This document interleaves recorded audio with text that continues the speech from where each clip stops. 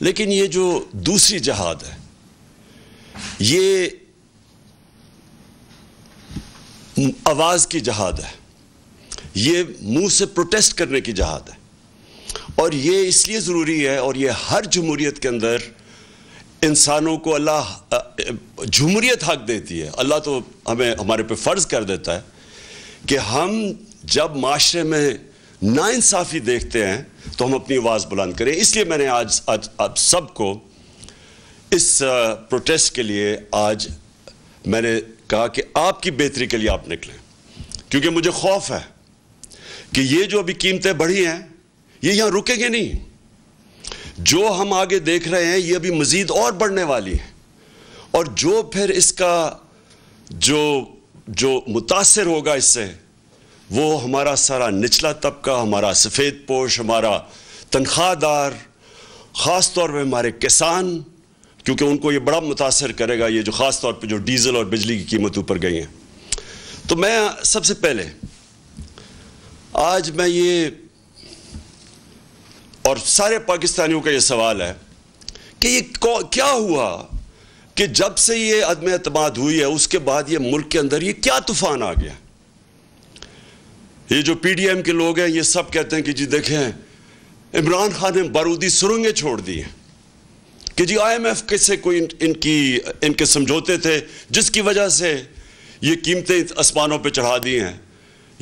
یعنی ہمارے بعد ڈیزل, پٹرول, گیس, بجلی, آٹا, چاول, یہ ساروں کی قیمتیں بڑھ گئی ہیں, لیکن تھوڑی سی نہیں بڑھی. ہماری باری تو مجھے یاد ہے کوئی 12 روپیہ بڑا تھا پٹرول یا ڈیزل, تو انہوں نے مہنگائی مار شروع کر دی تھی. جب سے یہ آئے ہیں انہوں نے 84 روپیہ لیٹر پٹرول کی قیمت بڑھائی, 110 روپے لیٹر ڈیزل کی قیمت بڑھائی. اب یاد رکھیں ڈیزل خاص طور پہ کسان اور آج کل سب سے زیادہ کسانوں کو متاثر کرے گا, اور وہ آگے ہماری فوڈ سیکیورٹی پہ کہ ہم نے 22 کروڑ لوگوں کو کھلانا ہے. ہمارا تو اس وقت اگر ہمارا کسان خوشحال ہے تو ملک بہتر ہے, تو لہٰذا اس کا ایفیکٹ ہر طبقے پہ پڑے گا, ٹرانسپورٹ پہ پڑے گا اس کا, اور ابھی ایفیکٹ آگے بھی آئے گا. بجلی کے بل آئیں گے لوگوں کے پاس جولائی میں, اس کے بعد لوگوں کو اندازہ ہوگا کہ کتنا بڑا مہنگائی کا ایک بم پھٹا ہے. تو سوال ایک یہ ہے کہ یہ ایک دم اتنی مہنگائی کیوں کی ہے؟ تو یہ کہتے ہیں کہ جی ہم آئی ایم ایف پروگرام میں تھے. آئی ایم ایف کے پروگرام میں یہ تو 2 مہینے سے ہیں, ہم 2.5 سال سے آئی ایم ایف کے پروگرام میں تھے. کیا ہمارے اوپر پریشر نہیں تھا یہ قیمتیں بڑھانے کا؟ کیا ہم نے نہیں آئی ایم ایف سے ہماری بار بار نیگوسیشنز ہوئی؟ کیا ہم نے اپنے لوگوں کے مفادات کی حفاظت نہیں کی؟ اور یہ کیوں نہیں کر سکتے؟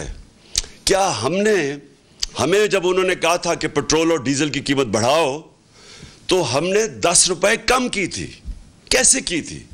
ہم نے ادھر ادھر سے پیسے نکالے تھے, ہماری ریکارڈ ٹیکس ہم نے اکٹھا کیا تھا, اور جب ریکارڈ ٹیکس اکٹھا کیا اور پھر ہم نے جگہ کہیں پیٹ کاٹ کے, لیکن ہم نے 200 ارب کی سبسڈی دی ڈیزل اور پٹرول نیچے رکھنے کے لیے, کیونکہ ہمیں پتا تھا کہ جب آپ ڈیزل اور پٹرول بڑھاتے ہیں سب کچھ بڑھ جاتا ہے.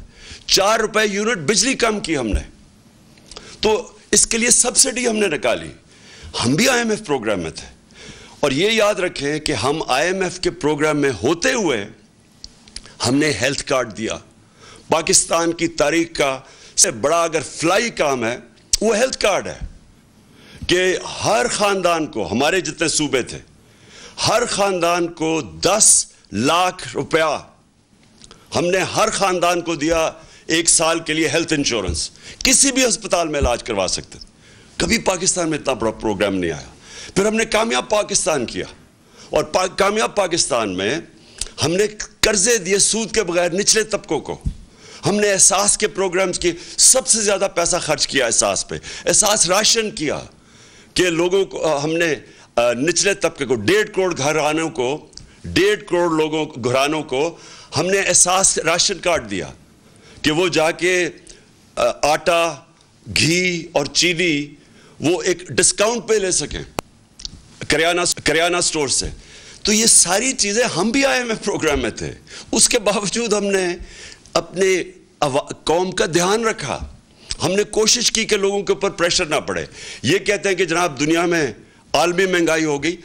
عالمی مہنگائی تو پچھلی گرمیوں سے ہے. یہ جو ساری قیمتیں بڑھی ہیں یہ تو پچھلی گرمیوں سے بڑھ رہی ہیں. تو یہ ہمیں بھی سارا کچھ فیس کیا. کہنے کا مقصد یہ ہے کہ آج یہ کیا اتنا بڑا طوفان آیا کہ ہماری مہنگائی بھی اسمانوں پہ چلی گئی اور مزید اور جانی ہے. اور اس کے بعد جو ہماری معیشت ہے, جو نقصان ادھر ہو رہا ہے. یہ جب کہتے ہیں کہ جی ہمیں بڑا مشکل برا پاکستان ملا, برا تو ہمیں ملا تھا مشکل وقت. یہ چھوڑ کے گئے تھے جو اصل بارودی سرنگ تھی, اس کو کہتے ہیں کرنٹ اکاؤنٹ ڈیفیسٹ, بیرونی خسارہ, کیونکہ وہ ڈالرز کے اندر خسارہ ہوتا ہے. پاکستان کی تاریخ کا یہ سب سے بڑا خسارہ چھوڑ کے گئے تھے, $20 ارب. اس کے باوجود تیسرے سال میں ہم بالکل خسارہ کم کر چکے تھے, اور خسارہ بھی کم کیا, اور 5.6% پہ ہماری اکانومی بڑھ رہی تھی. اور یہ یاد رکھیں کہ یہ کرونا کا سال تھا, اور اس سے جو 2 سال کرونا کے تھے, دوسرا اور تیسرا ہمارا سال کرونا کا سال تھا. اور کرونا کے باوجود 5.6% پہ پاکستان بڑھا, جب ہندوستان -7% پہ چلا گیا. ان کی گروتھ, ان کی دولت میں بجائے اضافہ ہونے کے نیگیٹو میں گیا. اس دور میں جس طرح پاکستان نے سب سے, یہ صدی میں ایک دفعہ اتنا بڑا بحران آتا ہے جو کرونا کا ساری دنیا میں عذاب آیا, تو پاکستان وہ ملک تھا چند ملکوں میں سے جس نے سب سے بہترین طریقے سے اپنے لوگوں کو بچایا, غریبوں کو بچایا, اپنی معیشت کو بچایا. سبسکرائب کریں اور بیل دبائیں تاکہ کوئی خبر رہ نہ جائے.